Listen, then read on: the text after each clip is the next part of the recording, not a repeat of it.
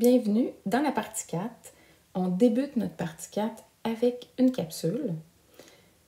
La partie 4, elle est préalable à l'apprentissage et à la compréhension du système nerveux. On a besoin de comprendre comment nos membranes plasmiques fonctionnent, les échanges de substances qui ont lieu au niveau de nos membranes pour ensuite pouvoir bien comprendre les influx nerveux et le fonctionnement du système nerveux. Dans cette partie-là, on s'attaque donc à la partie externe de nos cellules, donc la membrane plasmique. On est au chapitre 7. Alors, je vous invite à prendre votre livre à la page 137 et aussi à noter les notes de cours au fur et à mesure.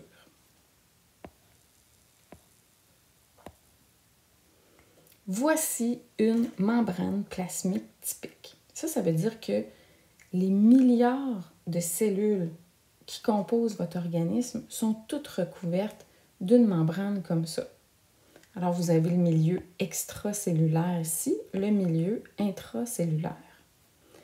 Qu'est-ce qu'on remarque? C'est que nos membranes sont faites de gras, de lipides, d'une double couche de phospholipides. Ce sont des molécules, vous les connaissez, on en a parlé dans la partie 2.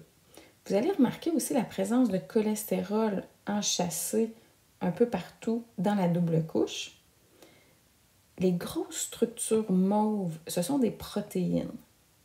Il y en a qu'on va qualifier de périphériques, d'autres d'intramembranaires. On va voir leur rôle tantôt. Il y a aussi des glucides qui sont attachés à des phospholipides et il y a des glucides aussi qui sont attachés à des protéines. On va aussi expliquer leur rôle tout à l'heure. Première chose à dire sur la membrane plasmique de nos cellules, c'est très très mince, 8 nanomètres d'épaisseur. Dans votre livre, on dit que ça prendrait 8000 membranes plasmiques cellulaires pour avoir l'épaisseur, réussir à avoir l'épaisseur d'une des feuilles du manuel. Alors, c'est vous dire à quel point c'est mince et à quel point, même si c'est mince comme ça accomplit un travail incroyable. C'est sûr que la première job de la membrane plasmique, c'est de séparer l'intérieur de l'extérieur et c'est surtout important pour permettre des échanges avec le milieu externe. On va dire que la membrane plasmique, elle a une perméabilité sélective. Qu'est-ce que ça veut dire? Ça veut dire qu'elle est perméable, elle laisse passer des choses, mais elle choisit ce qu'elle laisse passer et aussi ce qu'elle laisse sortir. Donc, elle va trier. Et ça, c'est très important. Dans l'évolution, le moment où la membrane plasmique est arrivée, c'est un moment extrêmement important. C'est l'apparition de la membrane plasmique qui a fait que la cellule a pu apparaître. La membrane plasmique, on la compare à une mosaïque fluide. Je sais que ça ne paraît pas, mais ça bouge dans nos membranes. Toutes les molécules sont en mouvement, alors c'est pour ça qu'on dit que c'est fluide. Puis une mosaïque, parce que à travers les phospholipides, on a intégré des protéines et d'autres éléments qui vont se promener. On parle de la fluidité des membranes. Comme je l'ai dit précédemment, les molécules bougent, ça se promène. Les phospholipides vont se promener plus rapidement, les protéines plus lentement.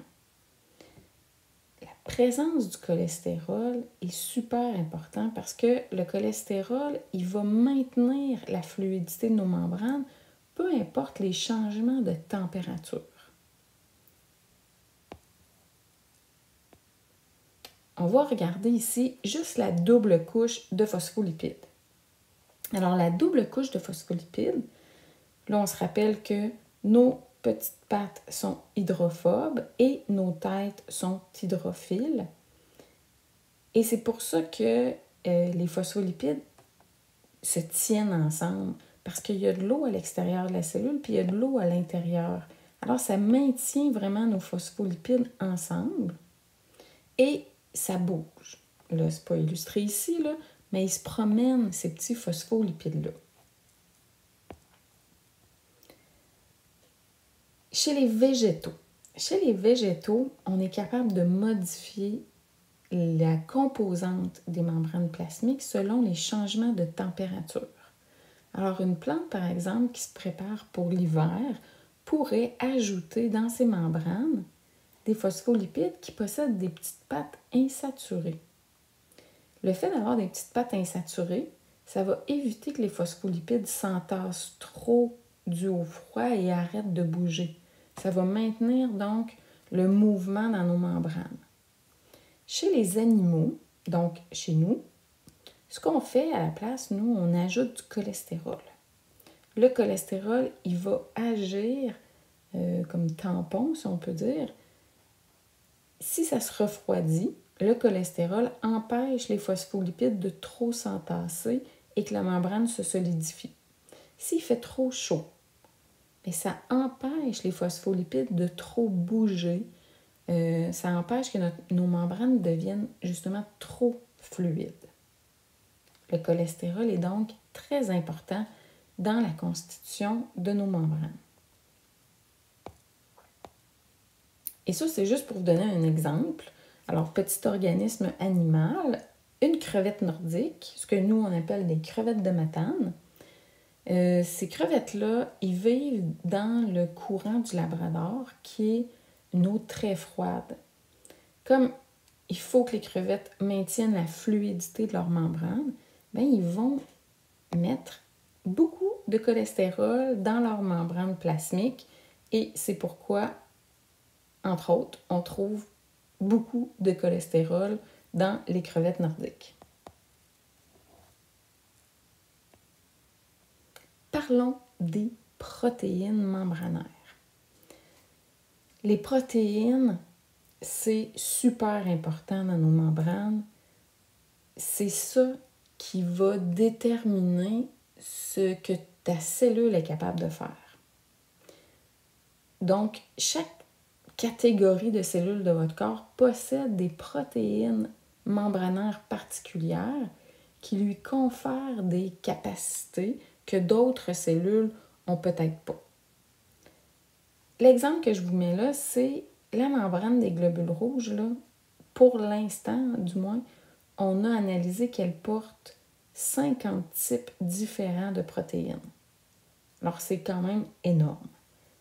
Et voici justement une membrane plasmique d'un érythrocyte. Ça, c'est le beau mot pour dire globule rouge.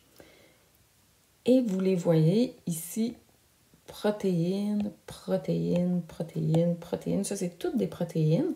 Des fois, il y a des glucides qui sont attachés ici aux phospholipides. Des fois, c'est des glucides qui sont attachés à des protéines. Alors, les groupes sanguins, là, le ABO, le rhésus. Le rhésus, il veut dire quand on est négatif ou positif. Si vous êtes positif, c'est que vous avez cette structure-là à la surface de vos globules rouges. Si vous êtes négatif, vous ne l'avez pas. Et même chose ici pour déterminer les groupes ABO, ben, c'est ces éléments-là qui vont être présents sur la membrane. Alors, vous avez plein de protéines qui ont différentes fonctions. Et on parle justement ici des fonctions des protéines membranaires. Juste avant, alors tantôt on a vu, il y a des catégories différentes de protéines. Il y a les intramembranaires. Les intramembranaires, elles passent à travers la membrane. Puis les protéines périphériques. Je vais retourner à la figure de départ pour aller... Voilà. Donc, protéines ici, intramembranaires. Elle est pointée ici. Et protéines périphériques. La grosse différence, les protéines périphériques se retrouvent à l'intérieur de notre membrane. Les protéines intramembranaires passent à travers la membrane. Ça veut dire que Ma protéine intramembranaire, elle n'a pas le choix. Elle a une partie qui est hydrophobe et une partie qui est le contraire. Alors ici, ce sera hydrophile et ici, ce sera hydrophobe. Pourquoi ici hydrophobe? Ben, tu n'as pas le choix. Tu côtoies des phospholipides à côté. Donc, pour que la protéine puisse rester à cet endroit-là, il faut qu'elle puisse se lier avec les phospholipides qui sont à côté. Le centre, par contre, de ma protéine va être hydrophile comme ses extrémités.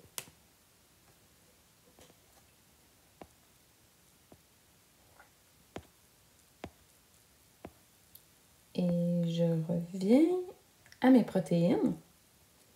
Alors, on va aller voir la figure 7.7 pour aller voir justement ces protéines-là, tout ce qu'elles accomplissent dans nos cellules. Je vous montre cette figure-là pour réaliser à nouveau qu'une protéine, ça a une structure tridimensionnelle. Ici, dans le fond, c'est juste pour vous remontrer les hélices alpha qui sont présentes. Okay, donc, on garde en tête une protéine, belle structure tridimensionnelle. Figure 7.7. Alors, toutes les fonctions des protéines membranaires sont énumérées dans cette figure-là. Un des rôles extrêmement importants, c'est celui du transport. Alors, à travers, on peut faire passer des substances qui n'aiment pas le gras, qui sont hydrophiles. On va pouvoir les faire passer à travers des protéines de transport. Il y a d'autres styles de protéines de transport aussi qui s'ouvrent et se ferment, qui ne sont pas juste des canaux ouverts. Deuxième fonction, il y a des protéines qui sont des enzymes et qui gèrent des voies métaboliques, comme on peut voir. Fait que ces protéines-là, elles sont vraiment des fois enchâssées directement dans la membrane. Transduction des signaux. Qu'est-ce que ça veut dire? Ça veut dire que ces protéines-là, ils agissent comme des récepteurs. On pourrait illustrer cette fonction-là en disant, mettons que ça, c'est de l'insuline. L'insuline pourrait aller se lier à des protéines de certaines cellules et faire qu'il y a un message qui est transmis à l'intérieur de la cellule.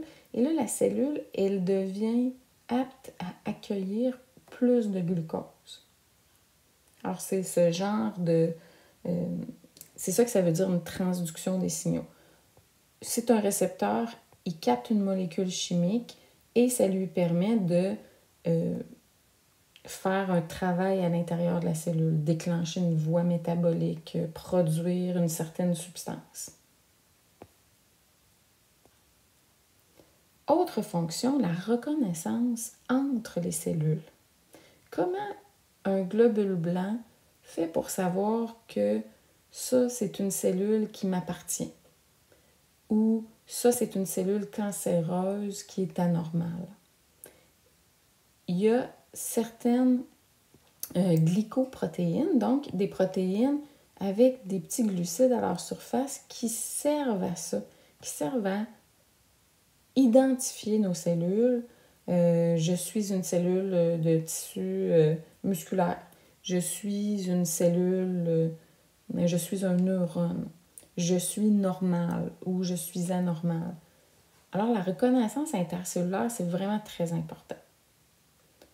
On va aussi parler d'adhérence intercellulaire. Quand on forme des tissus, il faut que les cellules se tiennent ensemble. Bien, l'adhérence, elle est faite par les protéines.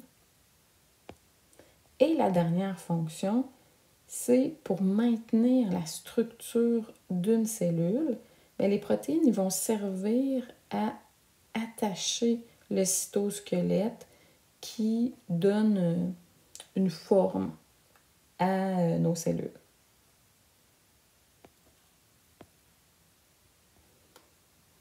La figure 7.8, elle illustre un exemple vraiment impressionnant de l'importance des protéines membranaires. Je vous explique. Ce que vous voyez ici, c'est une cellule. Dans le cas présent, c'est un globule blanc.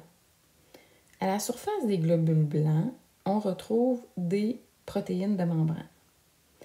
La majorité des gens vont produire des globules blancs. Cette catégorie de globules blancs-là va avoir à sa surface deux types de récepteurs. Un récepteur CD4 et joint juste à côté un corécepteur qu'on va appeler CCR5. Alors, ces deux petites choses-là sont des protéines intramembranaires.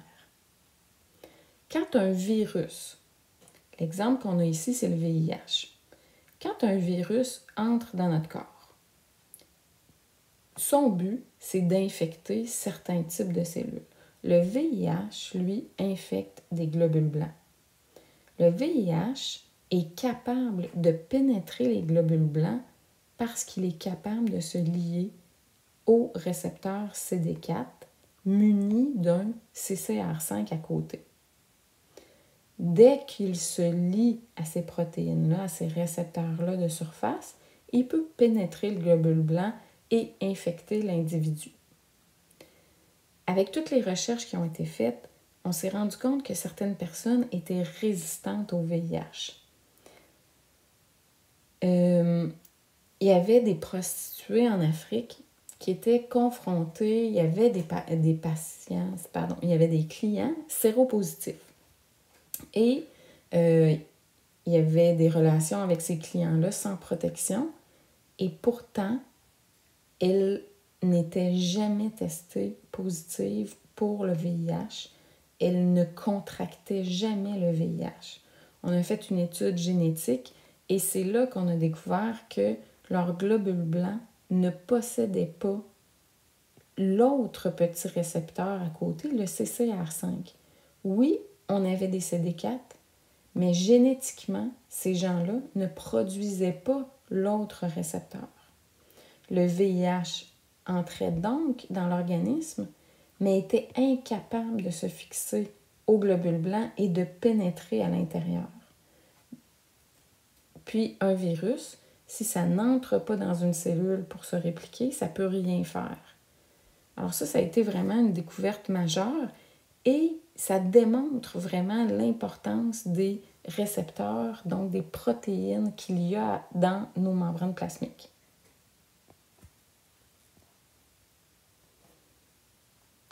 Donc, très important de visualiser votre membrane plasmique et les principales composantes qu'il y a à l'intérieur de notre membrane. On va donc maintenant parler des glycoprotéines et des glycolipides.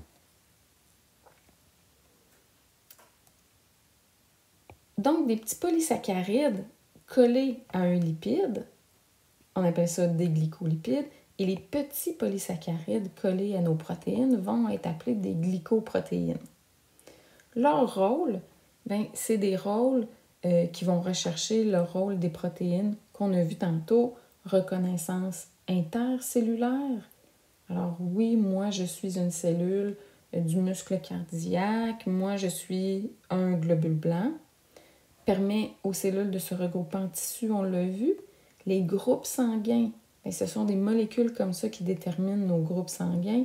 L'identification des cellules anormales, cancéreuses, on affiche sur la membrane plasmique des glycoprotéines différentes ou des glycolipides différents selon que la cellule est en santé ou pas. Alors, c'est très important pour le système immunitaire pour reconnaître les mauvaises, les bonnes cellules, les cellules étrangères, les virus, les bactéries, etc. Et je termine cette capsule-là en vous posant une question. Prenez le temps d'y réfléchir. Avec la constitution de la membrane, alors on le sait, c'est essentiellement des lipides, du gras qui fait une grande partie de la membrane. Alors, comment on va faire pour faire traverser de l'eau? Comment on va faire pour que des molécules hydrophiles passent à travers de la membrane. Bonne réflexion. On se revoit dans la deuxième capsule.